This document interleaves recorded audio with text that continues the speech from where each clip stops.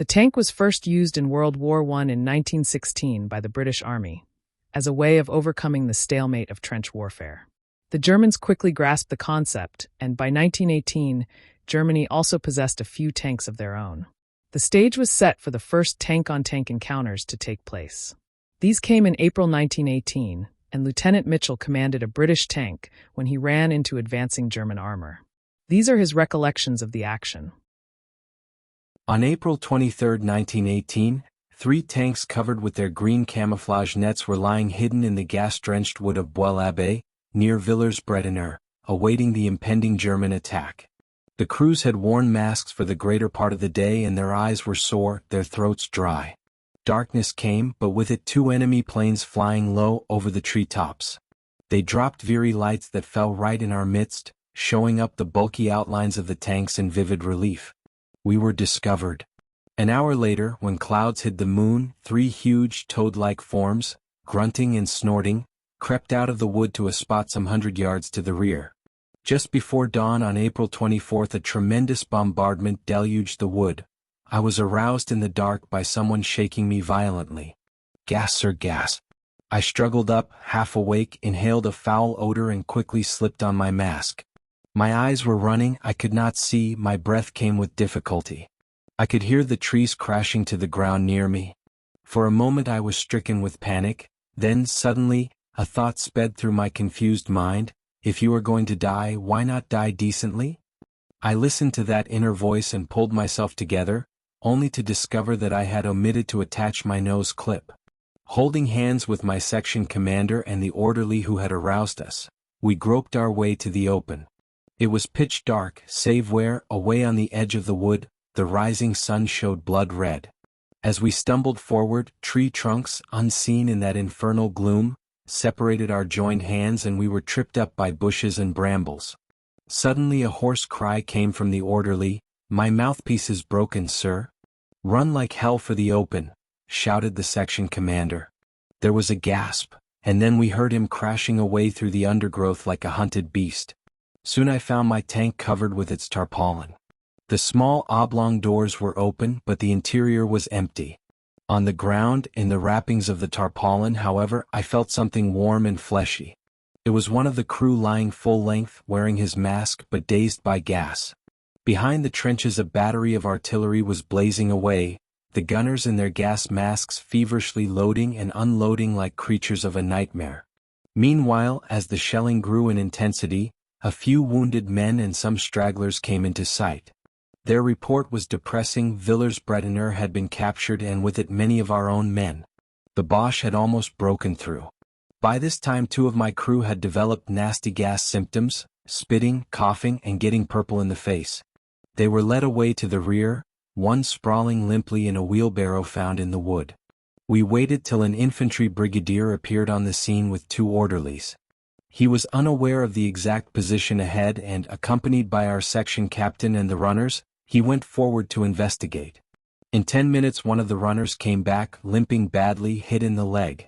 In another 10 minutes the second returned, his left arm torn by shrapnel. Then 20 minutes after that, walking, unhurt and serene, through the barrage came the brigadier and our captain. The news was grave. We had suffered heavy losses and lost ground, but some infantry were still holding out in the switch line between Cachy and Villers-Bretonneux. If this line were overwhelmed, the Boche would obtain possession of the high ground dominating Amiens and would, perhaps, force us to evacuate that city and drive a wedge between the French and British armies. A serious consultation was held and the order came: proceed to the Cachy switch line and hold it at all costs. We put on our masks once more and plunged like divers into the gas-laden wood. As we strove to crank up, one of the 3 men turning the huge handle collapsed. We put him against a tree, gave him some tablets of ammonia to sniff, and then, as he did not seem to be coming round, we left him, for time was pressing. Out of a crew of 7, 4 men with red-rimmed, bulging eyes only remained. The 3 tanks, 1 male, armed with 2 6-pounder guns and machine guns, and 2 females, armed with machine guns only, crawled out of the wood and set off over the open ground towards Cachy. Ahead, the German barrage stood like a wall of fire in our path. There was no break in it anywhere. It seemed impossible that we could pass through that deadly area unhit. I decided to attempt a zigzag course as somehow it seemed safer. Luck was with us.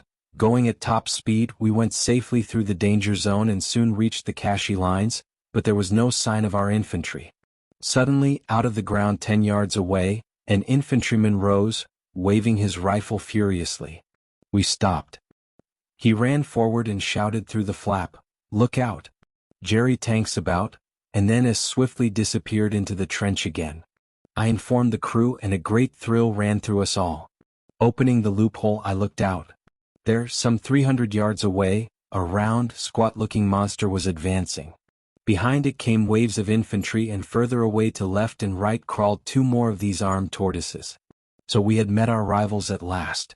For the first time in history, tank was encountering tank. The 6-pounder gunners crouching on the floor, their backs against the engine cover, loaded their guns expectantly.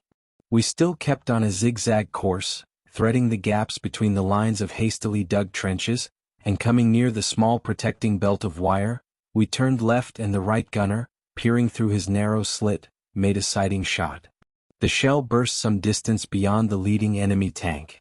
No reply came. A second shot boomed out, landing just to the right, but again no reply. Suddenly, against our steel wall, a hurricane of hail pattered, and the interior was filled with myriads of sparks and flying splinters. Something rattled against the steel helmet of the driver sitting next to me, and my face was stung with minute fragments of steel. The crew flung themselves flat on the floor. The driver ducked his head and drove straight on. Above the roar of our engine could be heard the staccato rat-tat-tat-tat of machine guns, and another furious jet of bullets sprayed our steel side, the splinters clanging viciously against the engine cover. The Jerry tank had treated us to a broadside of armor-piercing bullets. Taking advantage of a dip in the ground, we got beyond range, and then turning, we maneuvered to get the left gunner onto the moving target. Owing to our gas casualties, the gunner was working single-handed, and his right eye being too swollen with gas, he aimed with the left.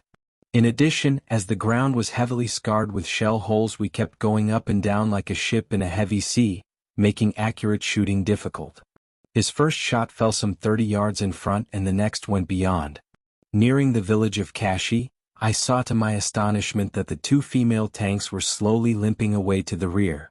They had both been hit by shells almost immediately on their arrival and had great holes in their sides. As their Lewis guns were useless against the heavy armor plate of the enemy and their gaping sides no longer afforded them any defense against machine gun bullets, they had nothing to do but withdraw from action. We still were lucky enough to dodge the enemy shelling, although the twisting and turning once or twice almost brought us on top of our own trenches. Whilst we were ranging on the leading German tank, our own infantry were standing in their trenches watching the duel with tense interest, like spectators in the pit of a theater. Looking down on one occasion, I saw to my horror that we were going straight down into a trench full of men who, huddled together, were yelling at the tops of their voices to attract our attention. A quick signal to the gearsman seated in the rear of the tank, and we turned swiftly, avoiding catastrophe by a second.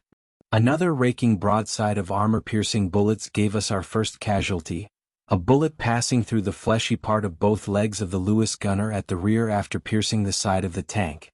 We had no time to put on more than a temporary dressing, and he lay on the floor, bleeding and groaning, whilst the 6-pounder boomed over his head and the empty shell cases clattered all round him.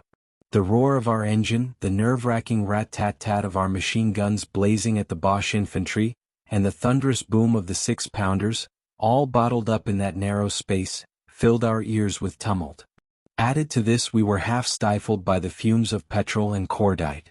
Again we turned and proceeded at a slower pace. The left gunner, registering carefully, hit the ground right in front of the Jerry tank. I took a risk and stopped the tank for a moment. The pause was justified.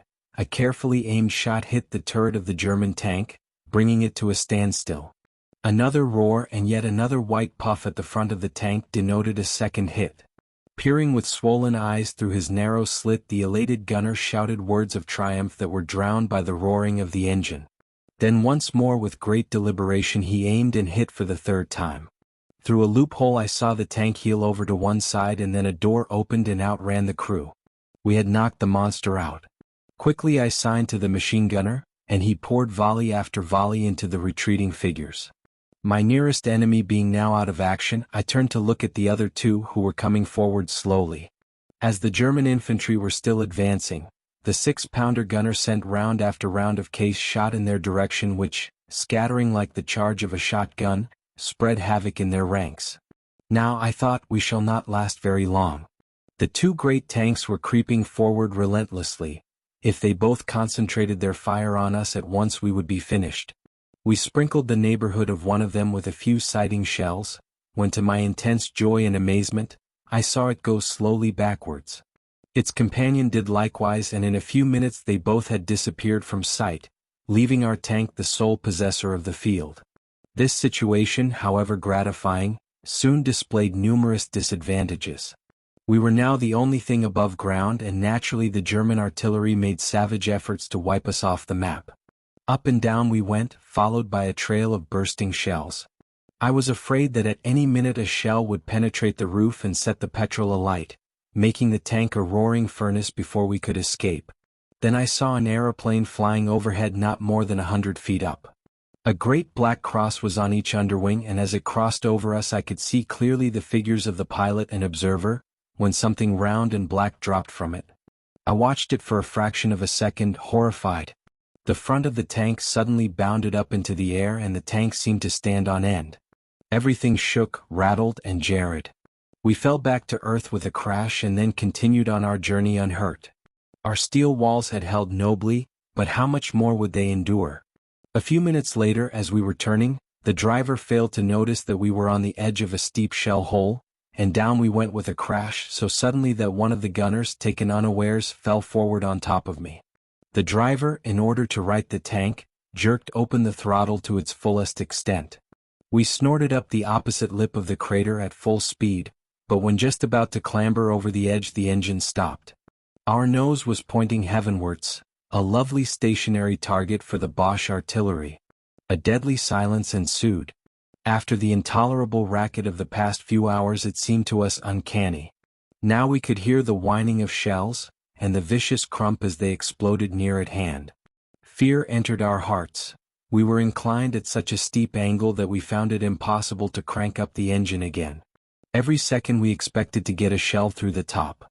Almost lying on their sides, the crew strained and heaved at the starting handle, but to no effect. Our nerves were on edge. There was but one thing left: to put the tank in reverse gear, release the rear brake, and let it run backwards down the shell hole under its own weight. Back we slid, and happily the engine began to splutter. Then, carefully nursing the throttle, the driver changed gear and we climbed out unhurt. What sweet music was the roar of the engine in our ears now! But the day was not yet over. As I peeped through my flap I noticed that the Boche infantry were forming up some distance away, preparing for an attack. Then my heart bounded with joy, for away on the right I saw 7 small whippets, the newest and fastest type of tank, racing into action. They came on at 10 to 15 miles an hour, heading straight for the German infantry. I could see the latter scattering in all directions. The whippets plunged into the midst of them, ran over them, spitting fire into their retreating ranks. Their work was soon over. They had nipped an attack in the bud, but only 3, their tracks dripping with blood, came back out of the 7. The other 4 were left burning out there in front. Their crews could not hope to be made prisoners after such slaughter. Then, near Villers-Bretonneux, about 1,000 yards away, appeared a 4th German tank. The left gunner opened fire immediately, and a minute later the reply came swift and sharp, 3 shells hitting the ground alongside of us. Pursuing the same tactics, we increased our speed and then turned. We heard a tremendous crack and the tank continued to turn round in a circle. "What the hell are you doing?" I roared at the driver in exasperation. He looked at me in bewilderment and made another effort, but still we turned round and round. Peeping out, I saw one caterpillar track doubled high in the air. We had been hit by the Boche artillery at last, 2 of the track plates being blown clear away. I decided to quit. The engine stopped. Defiantly we blazed away our last few rounds at the slopes near Villers-Bretonneux and then crept gingerly out of the tank, the wounded man riding on the back of a comrade. We made for the nearest trench when rat-tat-tat-tat and the air became alive with bullets. We flopped quickly to the ground, waiting breathlessly whilst the bullets threw up the dirt a few feet away. Then the shooting ceased and we got up again and ran swiftly forward. By a miracle nothing touched us and we reached the parapet of a trench. Our faces were black with grime and smoke and our eyes bloodshot. The astonished infantrymen gazed at us open-mouthed, as if we were apparitions from a ghostly land. "Take your bayonets out of the way," we yelled and tumbled down into the trench. I hope you enjoyed. Until next time.